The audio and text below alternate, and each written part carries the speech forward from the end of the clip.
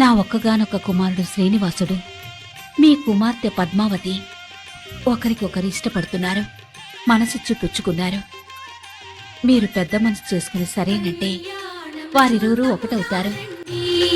శ్రీ శ్రీనివాసుని కళ్యాణం చూతమురారండి.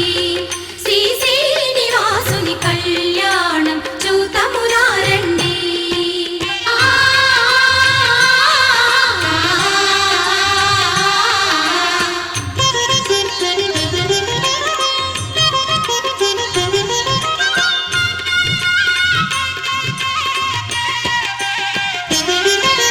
పచ్చ కర్పూరం కస్తూరి దిత్త